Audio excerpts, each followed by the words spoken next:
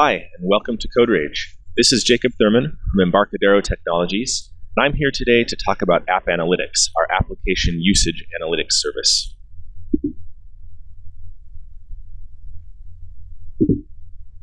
AppAnalytics is an application usage analytics product for desktop, mobile, and wearables. It lets you track and measure how often your apps are used, which features get used, and how often the application crashes, and things like that. You've probably all used software from large companies that invite you to join their user experience program, where they collect anonymous data about how you use the software in order to improve it in the future. AppAnalytics is a user experience program in a box. You just plug our component into your Delphi or C++ Builder application, and you can literally have your own user experience program in 2 minutes. Customers who use AppAnalytics are customers who understand the value of data and how information contributes to decision-making processes and to the bottom line. AppAnalytics can give you insights into user behavior, like which features are the most popular or what people do first when they open your application. AppAnalytics helps you improve the quality of your software by tracking unhandled exceptions, which can be an indication that your program is crashing.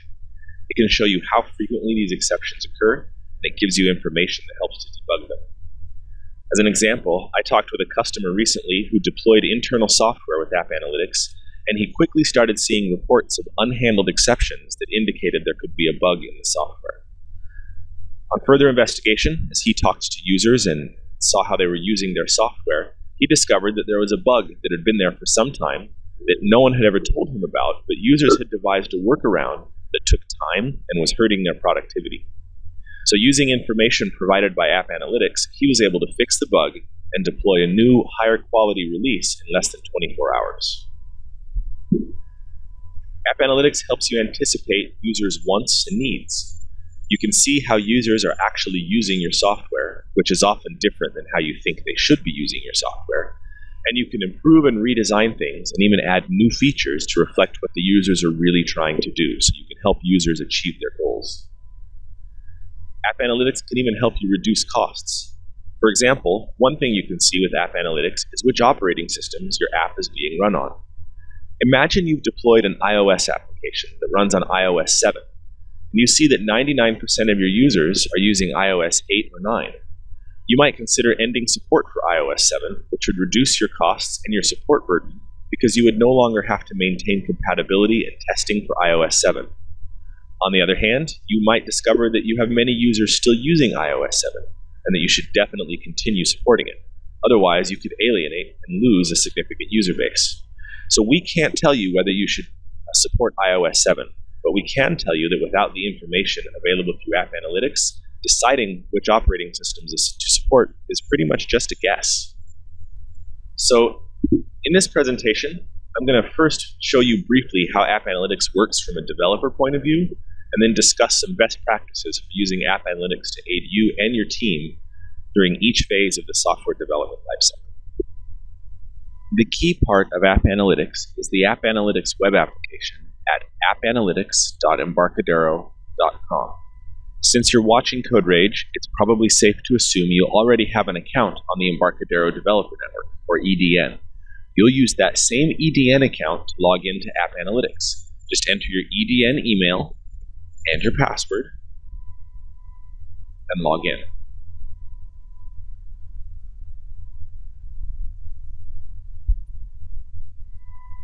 Once you've logged in, you'll add an application to your account by clicking the Add Application button. Give your application a name, and choose the development tool you'll be using. We're going to use Delphi, and then click Save.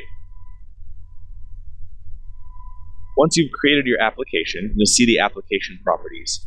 There are some more advanced features down here, but what we're interested in is the application ID, which is this text right here. So we're going to copy everything, including the curly braces,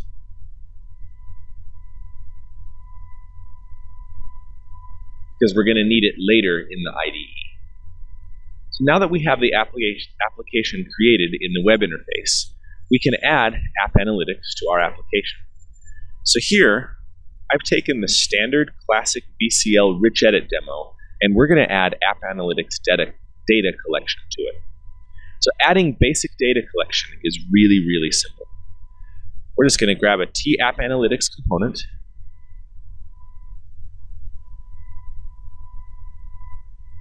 We'll paste the application ID from the web application, and we set the component's active property to true. That's it. The next time we start the application, we're going to see a notice informing the user that we're collecting data. You can change this, how this looks, and control how this works, by the way, to customize how you inform the user that you're doing this anonymous data collection. You can add an opt-out button, things like that. We click OK, and now we can use the application as usual. I can type some text, I can click some buttons, I can change the font. I can use this application the way I normally would. In the background, the AppAnalytics component is monitoring what I'm doing, and it will occasionally send some anonymous event data back to the web application for analysis. So I'm going to close the rich edit application to complete my session.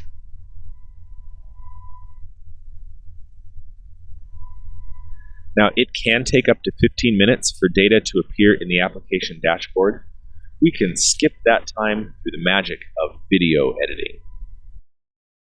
Now when I go to the Overview tab of AppAnalytics, I can see the information that was derived from my using the application.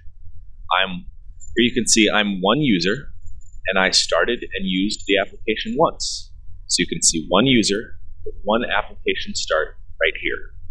Scrolling down, I can see that I used version 0.0.0.0 of the software, and that I used operating system version 6.2, which we know is Windows 10. The next thing I'm going to do is copy the executable for this application to a machine running Windows 7, and I'm going to run it there too.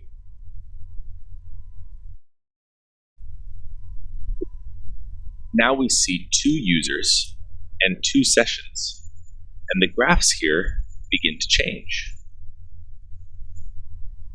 As more and more users begin to use your software, you'll see how many users you have, how many times the application was started, which versions are being used, which operating systems are being used, etc. And this graph up here will show trends over time, showing the number of users and sessions each day for a chosen time frame. All this data comes from simply dropping the TAppAnalytics component into the application. If we want more details about what your application is doing, we can turn to custom events. To gather custom event data, we need to write a little bit of code, but not much. We'll use the track event method of the TAppAnalytics object. Track event takes from 1 to 4 parameters, which we'll call category, action, label, and value. We don't actually assign any particular meaning to the category, action, label, and value, other than that they're in a hierarchy. So you can analyze all of the actions in a particular category, all the labels within a particular action, and so on. And the value is a number instead of a string, so we can do numerical analytics like showing the sum or the average. For our example, let's say we want to explore how people use the feature of our rich text editor that lets them write text in bold. We want to see how often people turn on the bold button to make all of the text bold versus how often they select just a portion of the text and then make it bold. So we'll do this with a custom event. So in our application, we're going to find the code behind the bold button. That's the bold button click method. We're going to insert some code here to record a custom event. We want to do it differently based on whether they've got text selected or not. So we can turn this into a block. And then we want to behave differently based on whether text is selected or not. So we'll use an if statement, say if editor.selected length is greater than 0. So this means there is currently a selection, which looks like a semicolon. There is currently a selection. So we're going to record the event using AppAnalytics 1.trackEvent, And for a category, we'll use text formatting. For the action, we're going to say bold. And then we'll use the label to differentiate whether there is selected text. So in this case, string, we'll say selected text. And I don't really need a value associated with this, so I'm just going to leave that parameter out.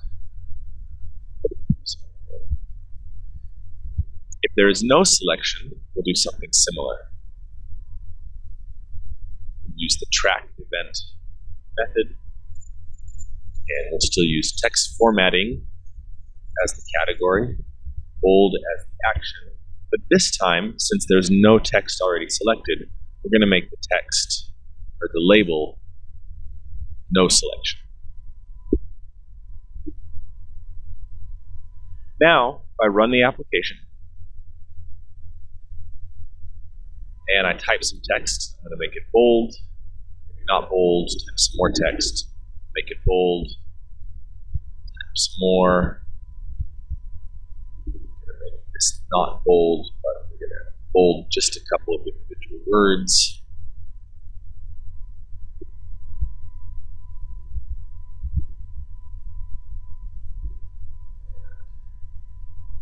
We'll do a little bit more of that.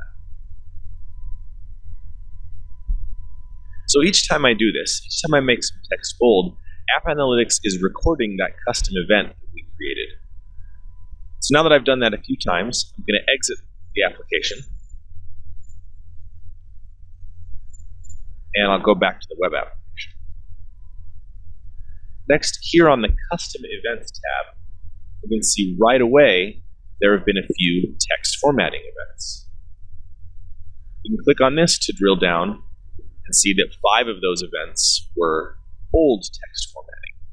You can drill down even further and see that 2 of those events were bold formatting with no selection, but 3 were formatting with a selection. So we can see that we used the bold feature 5 times, 3 times with selected text, and 2 times without.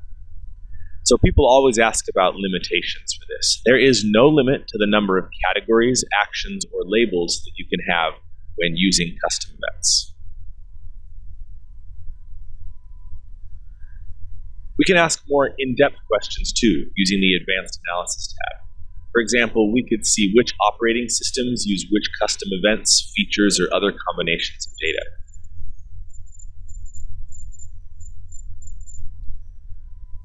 So for example, let's take a look at operating system versions, and we'll choose category, action, and label, and we want to see how many users occurred for each operating system version, for each category, action, and label. So we can see here 1 user using Windows 10 or Windows 6.2 with no selection, and 1 user with the selection, which that 1 user is me. This is a really powerful way to drill down and find patterns and get great information out of your data. So that was a really brief demonstration about how AppAnalytics works and the kinds of things that you can do with it. Next, I'm going to share some best practices for using AppAnalytics during different phases of the life cycle of your applications. So the information that you collect with AppAnalytics can serve different purposes depending on where you are in the application development lifecycle. So we're going to talk about 3 different phases of the application development lifecycle. We'll talk about proof of concepts, we'll talk about beta testing, and then we'll talk about the actual deployment of your application to customers or to end users. So if you're just working on a proof of concept, the most important question is whether the application is actually solving the problem that it's supposed to solve. When your software is in this initial proof of concept stage, we recommend that you use just a few simple custom events to see whether users are able to achieve the goal of the software. You add just a little code to your proof of concept application to see whether the goal was achieved or whether the user exited the application without successfully accomplishing the goal of the software. So we suggest that when the application exits, you record that outcome as a custom event, and you'll see in the web interface whether the software successfully fulfills its purpose or whether you need to go back to the drawing board and try out some new concepts to make sure the application achieves its goals. At this stage, this proof of concept stage, there's a real temptation to start tracking every little detail, but I would caution against that. The only question worth asking at this point is whether you're building something useful, and you can determine that with just a few basic custom events in AppAnalytics. One thing you'll want to be careful about at this point is recording your own sessions, or rather not recording your own sessions. As a developer, you probably start your program hundreds or even thousands of times for each debugging session each time you try something new. So you want to make sure that you're not recording your own debugging sessions, or you'll end up skewing the data. So to make sure that you're not recording your data, you can either disable the AppAnalytics component for yourself by setting the active property to false, or better yet, writing an event handler for the on-privacy message event that allows you to opt out of data collection. You can also set up an IP address filter in the web application and cause the web application to simply ignore events that come from your computer. You got to be careful with this if your IP address changes, though. Let's take a look at how you would do that. In the AppAnalytics web interface for my application, I'm going to click on the Properties tab. At the bottom of the page, there's an IP address filters, and I can add my own IP address here. So if I know my IP address is 207.211.86.4, and I click Add Filter, once that filter gets added, any events that are sent to the AppAnalytics servers from that IP address will not be recorded. They just are discarded without ever being recorded. So if I put my own IP address in there, I can use the application, including using AppAnalytics, and those events simply won't be recorded and won't be included in any of the analysis. And I can use that to make sure that my events as a developer are not recorded and don't skew the data, the useful data that I'm getting from end users. Moving on to the beta testing stage of the software development cycle, AppAnalytics becomes a very powerful testing tool. Just as you might use a static analysis tool to ensure good coverage in unit tests and integration tests, AppAnalytics is your coverage tool for beta testing. You can use AppAnalytics to ensure that your application is being tested and that the areas you want to focus on are actually being used. To this end, we suggest that for beta testing, you do not allow users to opt out, but require them to allow you to collect the data. While we generally believe that an opt-out option is appropriate, we think that for beta testers, there's a higher level of responsibility for users to report their experience back to you. So AppAnalytics automates an important and significant part of this process. Next, if you release multiple beta versions, we suggest that you create a new application ID for each one. So you start each new test with a clean slate, and you can analyze data for only that specific beta version. We also recommend that you add code to your beta versions to make them expire, so you're not collecting data for an old beta version, and so your beta testers are incentivized to test the most recent version of your software, which gives you more useful data. At this point, during the beta testing phase, we suggest that you go ahead and use custom events to track small details, like the use of individual features. You'll want to know that every feature, every form, every button in your application has been tested. You'll want to keep an eye out for things that aren't getting tested and ask your testers to concentrate more on those areas, or maybe you want to figure out why certain features aren't being tested, aren't being used by your beta testers. Another thing you'll want to watch for is the operating systems that are being used. You want to be confident in your claims of support for various platforms, and knowing that beta testers have successfully used the software on each platform that you support. This will help your confidence. You also want to make sure that AppAnalytics is set up to track unhandled exceptions, which are often indicative of software crashes. Patterns in unhandled exceptions or crashes can indicate things that you overlooked and help you find and fix bugs before you ever ship. Finally, again, just like with the proof of concept, you're going to want to ensure that your own developer debugging sessions aren't being recorded, as that would add a lot of unneeded events and skew your data. And again, you can do that with the IP address filter that we saw, or you can do that by disabling the AppAnalytics component, either by setting the active property to false or handling the onPrivacy message event and indicating in that event that that the user has opted out. As you move on to deployment, you're going to want to approach AppAnalytics a little bit differently again. First, you're going to want to make data collection optional and allow users to opt out. Beta testers should be fine with providing data to you, but end users may not be. So we strongly recommend that you implement the onPrivacy message event in the AppAnalytics component and allow the user to choose to participate in your customer experience program.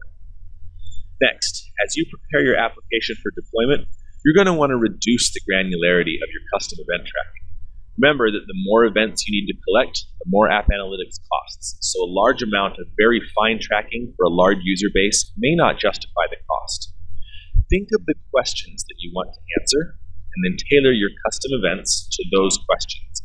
You can always change your questions and your tracking for a point release later on. We do recommend that you continue collecting unhandled exception data, as this can give you advanced warning of errors that users are encountering and help you fix them before they become a big problem. Finally, once you deploy your application, you'll want to remember to come back to the AppAnalytics web application frequently to see your data, to analyze trends, and decide how to improve the design and quality of your software for your users. For more information about Embarcadero AppAnalytics, to sign up for a free trial account, please visit embarcadero.com/products/AppAnalytics. We'll put that right here. I think we have some time now for a little bit of question and answer. Okay, great. Thank you, Jacob, for that session. So Jacob's online with us now to answer questions. If you have any questions about AppAnalytics, go ahead and put them in the question window now. Hi, everybody. Hello, Jacob. Good. That was the audio check. That means you can hear me. Yes, we can hear you. So apparently there's a little bit of sound quality issues on the video. Sorry about that. Sometimes the software misbehaves, doesn't go exactly like we want it to. Here's a question here from Scott. Says, does the privacy message come up every time the user starts the app, or is it just the first time that they run the app? So it automatically appears the first time the app is run on a given computer, or to be more correct, a given a combination of a user and a computer. So like on Windows, it'll be on whatever the registry HKey current user is, if that changes. Anyway, it will, so it shows up the first time they run the app, and then subsequent times after that it won't show up, but you can programmatically make it show up if you want to by calling the check privacy event of the AppAnalytics component. So short answer, only the first time unless you specifically ask it to. Okay, so check privacy lets you make it come up again. That's interesting. Yes.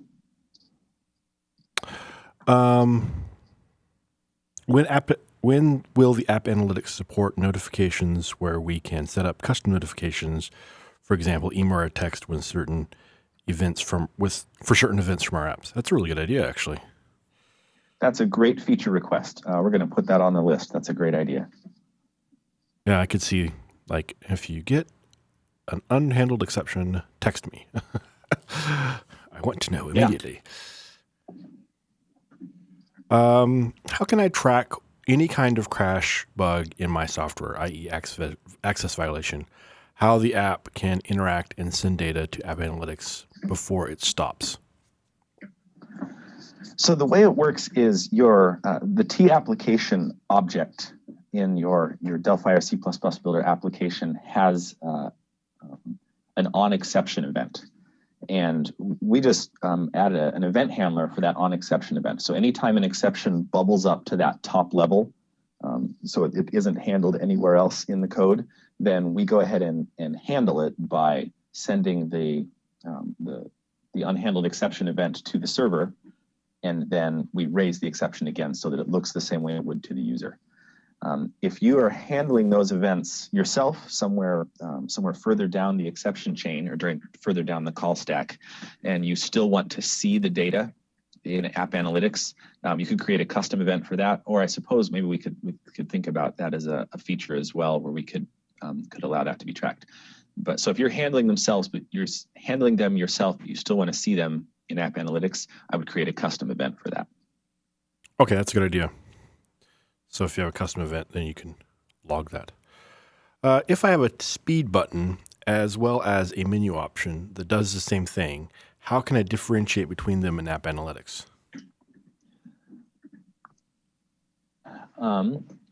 So it depends on how you've implemented them. For example, if they both are attached to an action, to a T action, you might use the sender. So ultimately, you're going to have two different calls to the AppAnalytics.track event method. One with probably a different label in the parameters, and you'll have to differentiate which one was used. So I think the sender object in the action execute would be either the button or the menu item. I think it might be the action object. Otherwise, if that's not the case, you would just have to have a separate event handler for the menu item versus the button, and then have them both call the same code to actually do whatever the button or the menu item is supposed to do.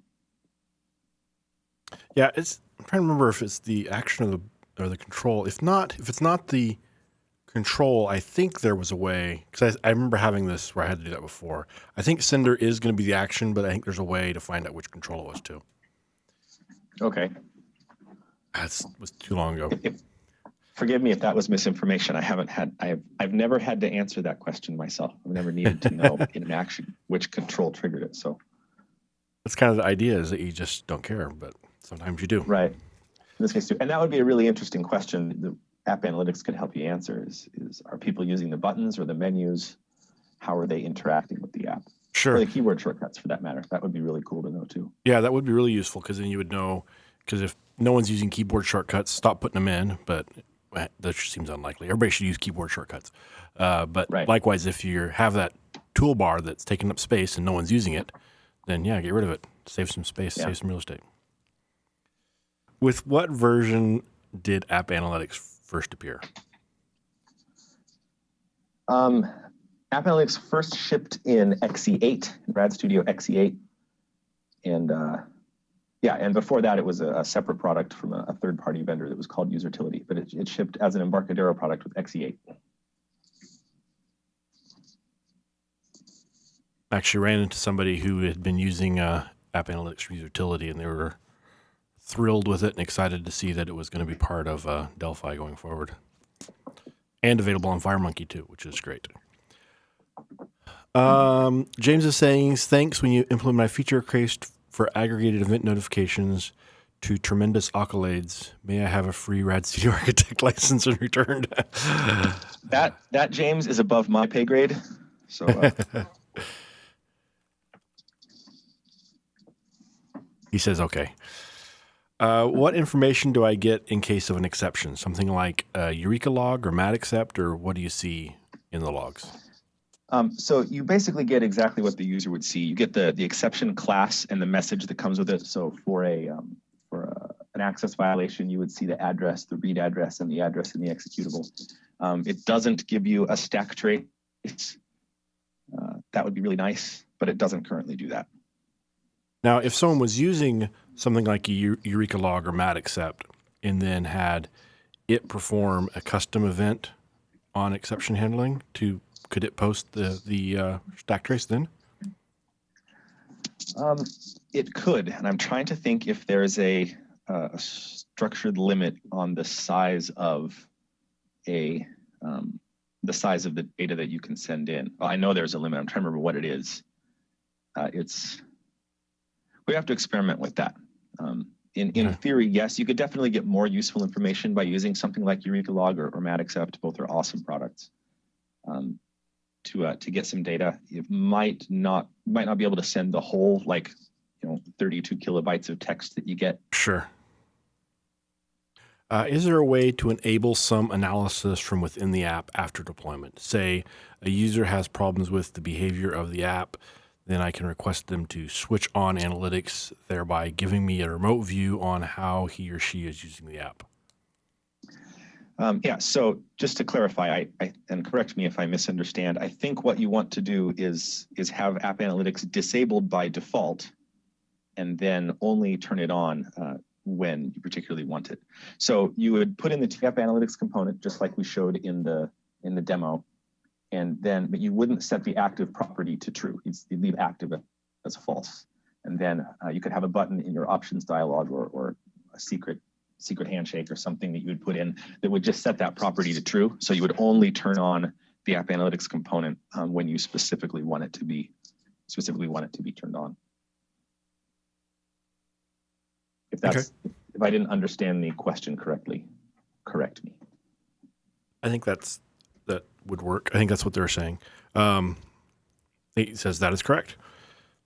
And I was actually thinking you could actually use App Analytics custom events. So I'm thinking you could have it collect some like additional debug information about the device, like what version of their video drivers are installed or something like that. If you think that might be involved in the bug issues, would that work for custom events in App Analytics? Absolutely, we've had customers do that.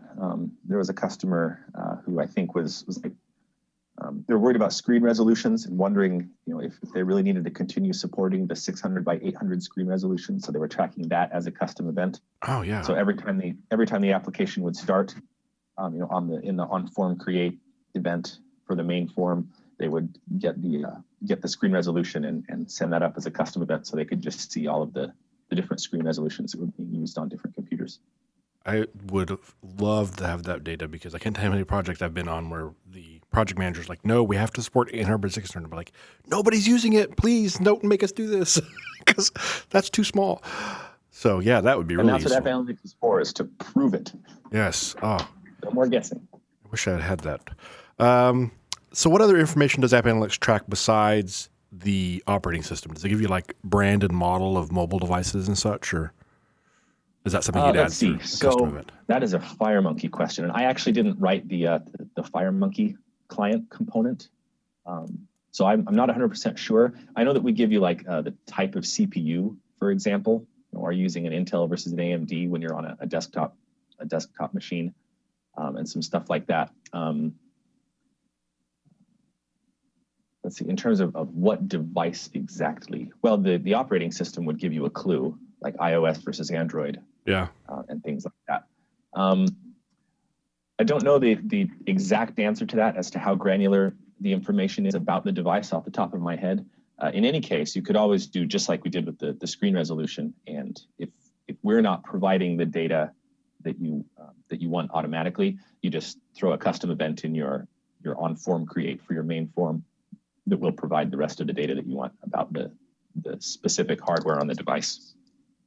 I like the comment you made about only collecting the information that you're interested in, because that makes a really good point, because only thing you care about is errors and what screen resolution they're running at. And so that would be really simple to set up, and you'd only have a little bit of data to sift through.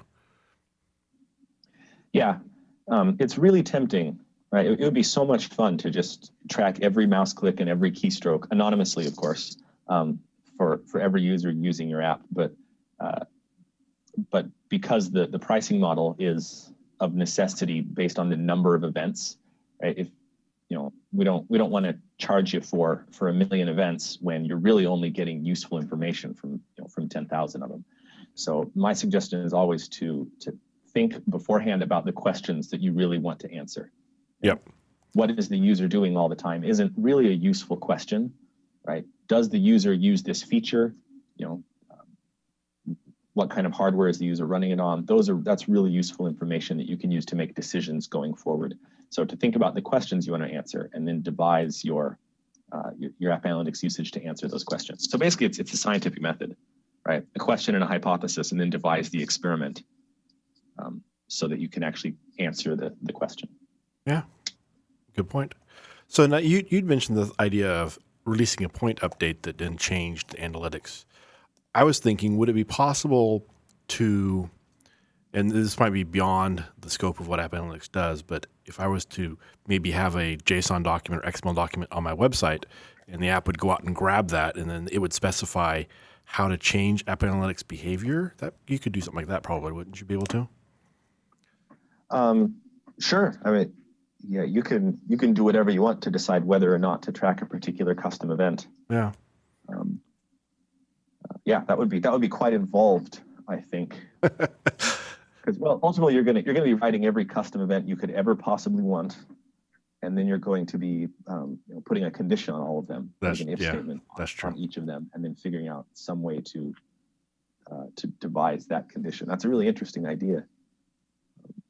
Well, I think it's easier to just get the answers you want and then change things with a point release. But if it was like whatever works for you. If it was like not just custom events, but like to see, I want to instrument this form or I want to instrument this toolbar or something like that, you could turn that on and off because that's less than just custom events. Yeah. Is it any possibility to extend the component to permit the user to add data, perhaps in response to a context Q&A form to permit AppAnalytics to send on user input?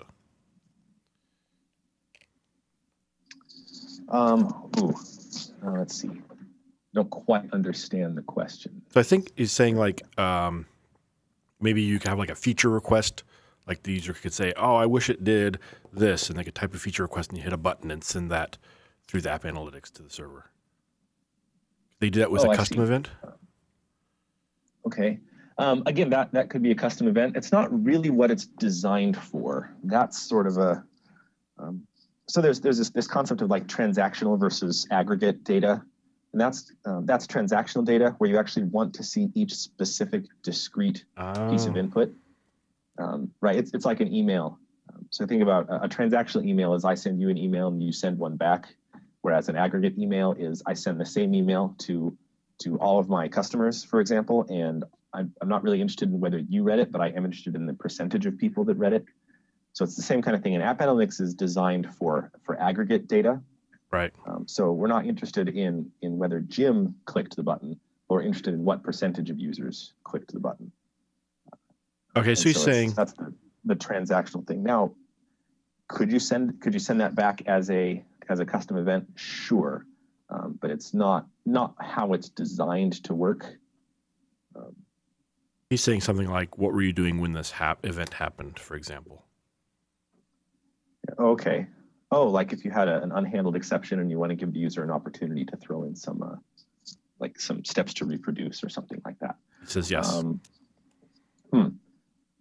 I think we're going to take that any possibility as a feature request. At the moment, off the top of my head, I don't see any way to do that other than putting in a custom event. But that's an interesting feature request and something we can consider for the future. So thanks for that. I love these sessions because of the ideas that come out of them. I know, it's great. 100 ways people think of to use it that we never thought of. It's like, I never thought of that before. That's a great idea. Yeah. Some users are afraid of any kind of activity that could be misunderstood as spying. Is there ways to get a report if they turn off access to Internet for app? No. It works over the internet. If there's no internet access, then AppAnalytics won't be able to take the data. Yeah, and you don't want to try, if your users are concerned about privacy and they don't want to report data and they're doing something to suppress that, you don't want to try and circumvent that because that is spying at that point. Yeah. Yeah, it's very clear. And in fact, when you use AppAnalytics, I kind of rushed through the screen on the demo, but whenever you create a new app, there's some text there, right? The lawyer stuff. But it says like by creating this app, you agree to notify users that the tracking is taking place and to do everything in your power to make sure that it's anonymous. So we really don't want people to have any kind of privacy concerns or issues with AppAnalytics, and neither do you. You don't want to open yourself up to legal liability or to bad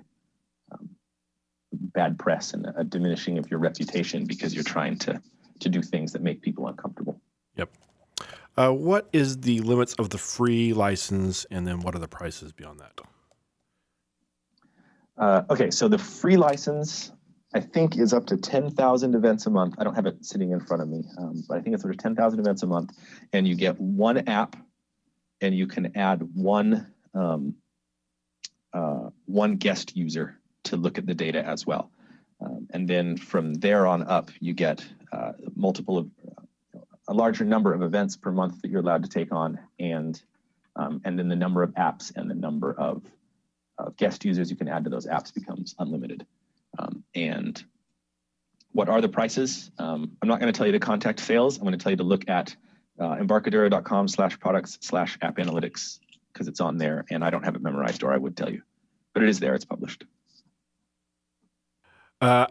So this might be one that we can't answer specifically, but how many different FireMonkey Android and iOS apps are currently tracked with AppAnalytics?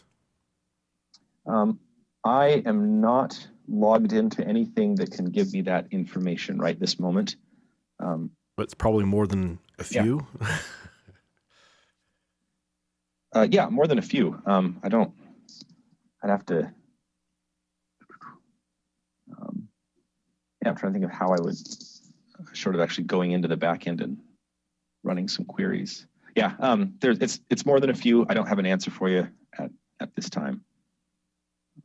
Sorry. I know we have quite a few customers who are actually very thrilled with the results they're getting. So I know that there are a number of people out there using it, and they're very happy with it. And it's giving that information that says the information they need to make those decisions like you're talking about. So they're no longer guessing.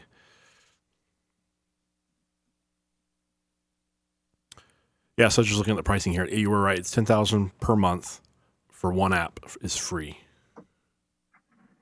And it's then if you want Mercury, which is $100,000 per month for one app, is $39 a month or $468 a year. And then Mars is $100 a month, and it gives you multiple apps and up to 300,000 events. So very cool. I was looking at some other app analytics system recently, and it was a lot more expensive. I couldn't believe how expensive. It was like $100 just to do anything, $100 a month to do anything with it. So that seems like a really good price. Yeah, I think our pricing is pretty reasonable. They didn't have a free tier either. That was kind of annoying, because I like this because I can start using it and say, okay, this is working for me. Let's get some more events and start paying for it. Yeah, it's kind of a personal pet peeve of mine too, is the idea of price versus value.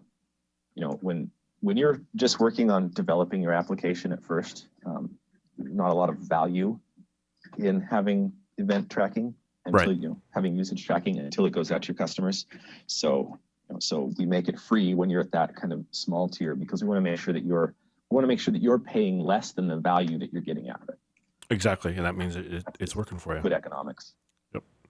So when you're developing it and testing it in your testing group, you can still get app analytics, but you're not actually making money off of it yet. And then as soon as you're making money off your app, that's when you're ready to crank it up and go to Jupiter. Yep.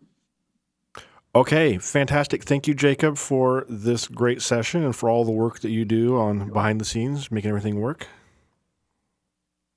Oh, there's one more question here. For a single app, but with beta version and production version, is that considered one app or two? I guess another way of asking this is, what's app analytics? What's an application? Is it just an app analytics GUID?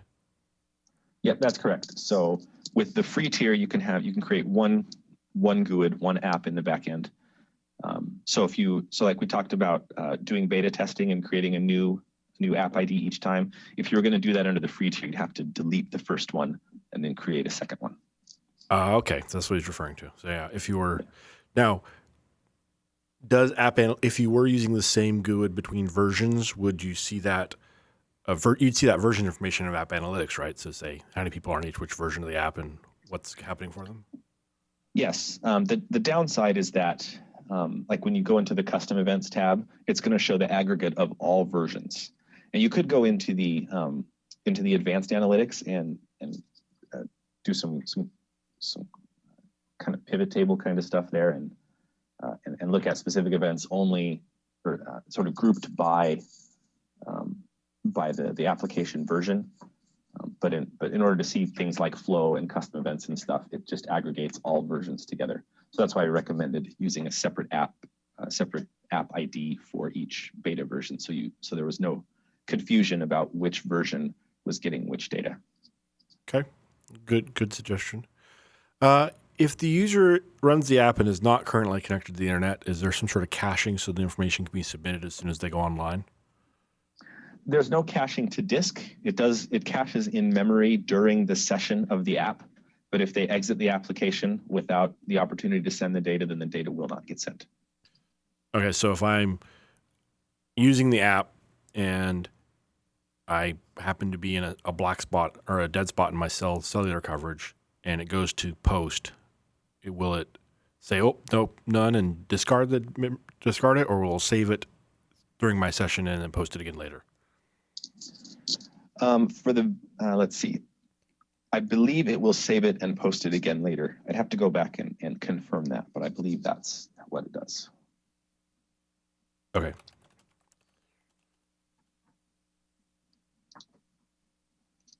And the analytics, it tells you how many reports you received, right? And your number of events. Yes, the number of events. Yeah. Okay. So when you log in, it'll show you how many events you've recorded in a particular month. What is the minimum number of events that would be generated per user per app execution, assuming no custom events? The minimum could be 0. If you turned everything off, it would be 0. If all you turned on was just tracking the application running, you'd get 2, because we actually grab an event when the application begins, like when it launches, and when it exits gracefully. That's kind of preparing for some possible future uses. It'd be nice to know the number of sessions that executed gracefully versus didn't. So I guess it could be 0, but practically it's probably 2. Okay, so it's 0 or 2 or more.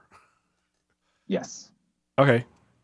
So I could see in the future, it could be interesting to know how long people are using the app, or does it track that now? There isn't currently a way to see that in the UI, but that would definitely be something that's very likely on the radar for a feature in the near future. Yeah, That would be great. Wink, wink. Yeah, say no more. Okay, fantastic, Jacob. It's about 11 minutes till, so let's go ahead and give everybody a break here before we start our next session, which is Robert Love with an introduction to encryption, understanding security algorithm use cases. Good stuff. Thanks to everyone for joining us. Great questions and suggestions, everybody. Yeah, thank you. Bye.